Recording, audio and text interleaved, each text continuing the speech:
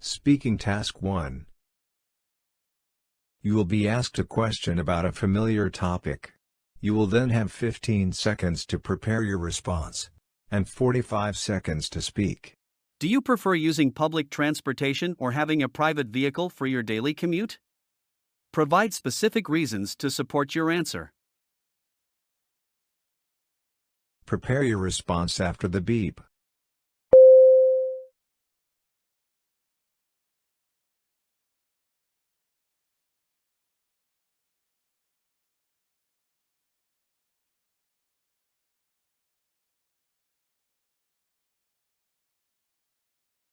Start speaking after the beep.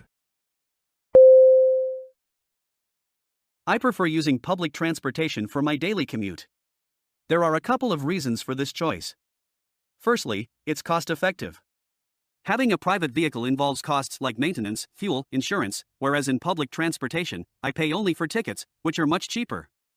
It also helps me read, relax, or even work while commuting, which is quite impossible if driving a private vehicle. Secondly, it's environmentally friendly. Public transportation carries many more people in one trip compared to a private vehicle.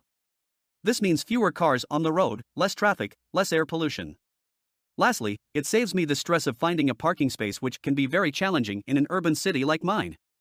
Therefore, these reasons make public transportation a better choice for me. Speaking Task 2. You will read a short paragraph and then listen to a conversation between two people.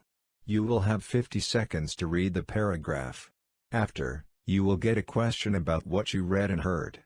You will have 30 seconds to prepare your response and then 60 seconds to give it. You have 50 seconds to read. Start reading after the beep.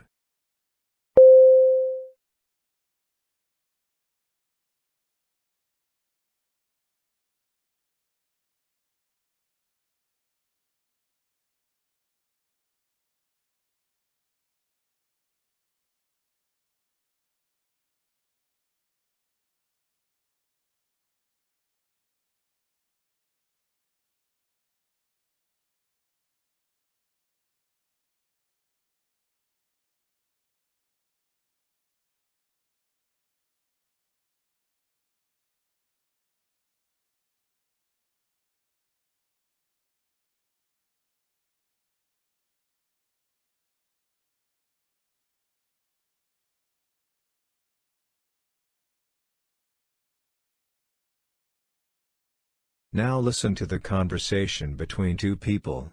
Cliff, good luck in tomorrow's elections. I hope you get elected to the student council. Thanks a lot, Wendy.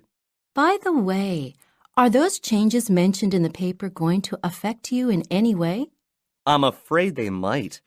I'm so mad the administration made these changes the day before the election. How come?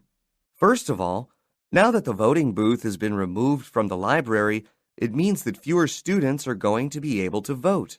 Why do you think so? Lots of students spend nearly the entire day in the library. They don't have time to go elsewhere to vote, so many of them won't participate in the election at all. Aha, that makes sense. And it's not right that voting is going to end early at the cafeteria. Remember, the cafeteria is located near the dorms, so students living in them can easily walk over and vote there. But the student center is practically on the other side of campus. Many students won't want to go there to vote at night. I hadn't considered that. The man expresses his opinion about the article in the school newspaper. Explain his opinion and the reasons he gives for holding that opinion. Prepare your response after the beep.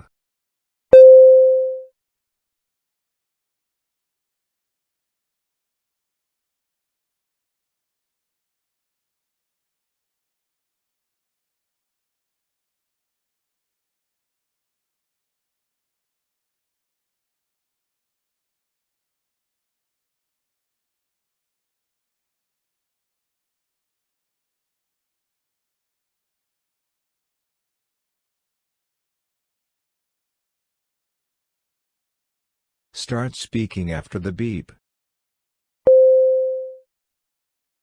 The man thinks that the changes mentioned in the article are not good. He is upset that the administration made these changes right before the election. He believes that removing the voting booth from the library will make it harder for students to vote because many students spend all day there and won't have time to go somewhere else to vote. He thinks that this will lead to fewer students participating in the election. He also disagrees with the decision to end voting early at the cafeteria. He points out that the cafeteria is close to the dorms, so students living there can easily go and vote. On the other hand, the student center is far away from the dorms and many students won't want to go there to vote at night. He feels that these changes are unfair and will negatively affect the student council elections.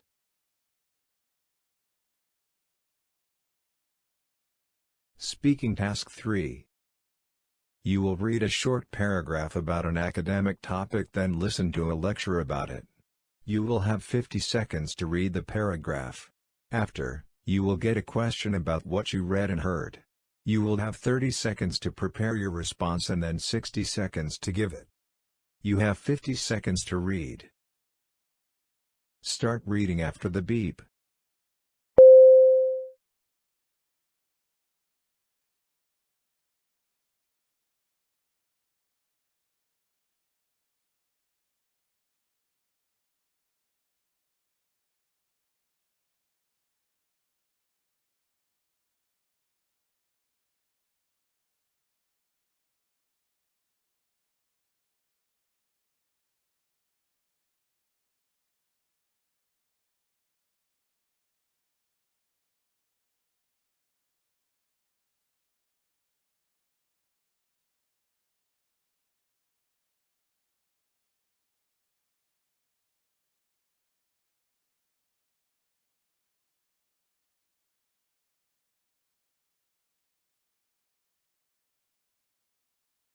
Now listen to the lecture. A good example of post-impressionism is Vincent van Gogh's work.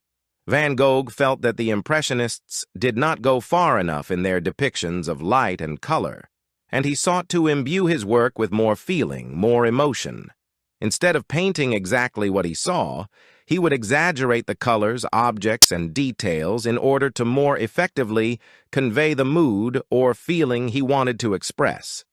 His most famous painting, Starry Night, showcases this perfectly.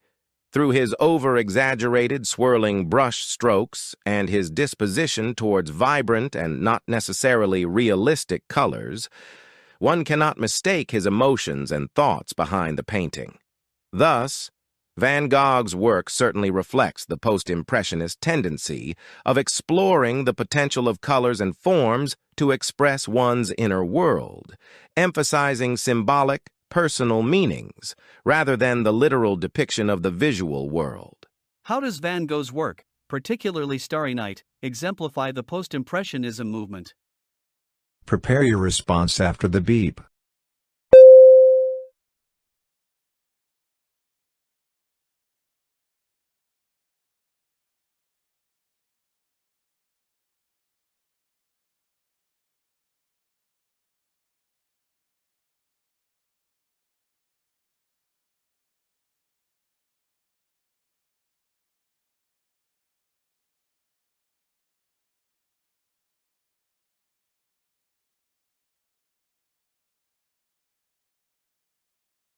Start speaking after the beep. Van Gogh's work, especially his painting Starry Night, exemplifies the post-impressionism movement because he wanted to show more emotion and feeling in his art, unlike the Impressionists. He used exaggerated colors, objects, and details to convey the mood or feeling he wanted to express.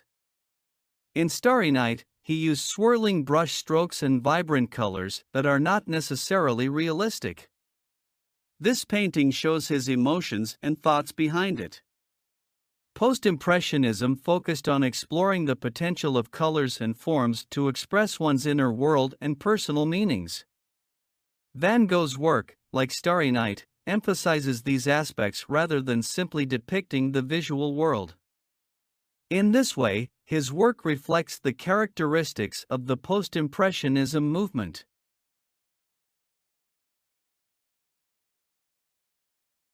You will listen to a lecture about an academic topic. After, you will get a question about what you heard. You will have 20 seconds to prepare your response and then 60 seconds to give it. Now listen to the lecture.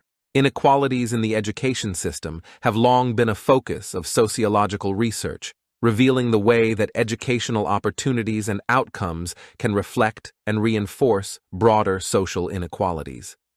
Now, one key concept here is something we call hidden curriculum. The hidden curriculum refers to the informal and often unspoken lessons that children learn in school, beyond the standard coursework. These lessons can include social norms, values, and beliefs that are communicated through interactions with teachers and peers, the rules and regulations of the school, and everyday classroom activities. Studies have shown that the hidden curriculum can have a significant impact on children's educational development, their attitudes towards learning, and their overall socialization. In many cases, it can perpetuate the existing inequalities within the education system. For instance, children from lower socioeconomic backgrounds may face more disciplinary actions in school compared to their wealthier counterparts, exposing them to the notion that they are bad or misfit students. This can lead to long-lasting impacts on their self-esteem and their attitudes towards education, which in turn can contribute to worse educational outcomes. Therefore, it's imperative that educators are mindful of these hidden lessons, treating all students equitably regardless of their socioeconomic background. Explain the concept of hidden curriculum and how it contributes to inequalities in the education system. Include points from the lecture. Prepare your response after the beep.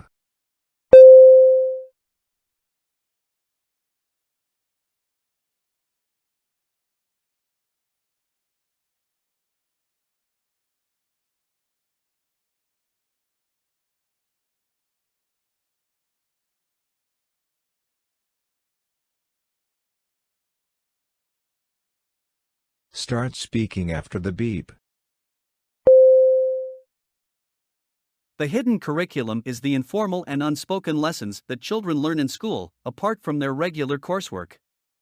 These lessons include social norms, values, and beliefs that they pick up from their interactions with teachers and peers, as well as the school rules and everyday classroom activities. The lecture states that the hidden curriculum can have a significant impact on children's education and overall socialization. It can reinforce existing inequalities within the education system. For example, students from lower socioeconomic backgrounds may face more discipline in school, which makes them feel like they are bad or misfit students. This can negatively affect their self-esteem and attitude towards education, leading to worse academic outcomes. It is important for educators to be aware of these hidden lessons and treat all students equally, regardless of their socioeconomic background, in order to create a fairer education system.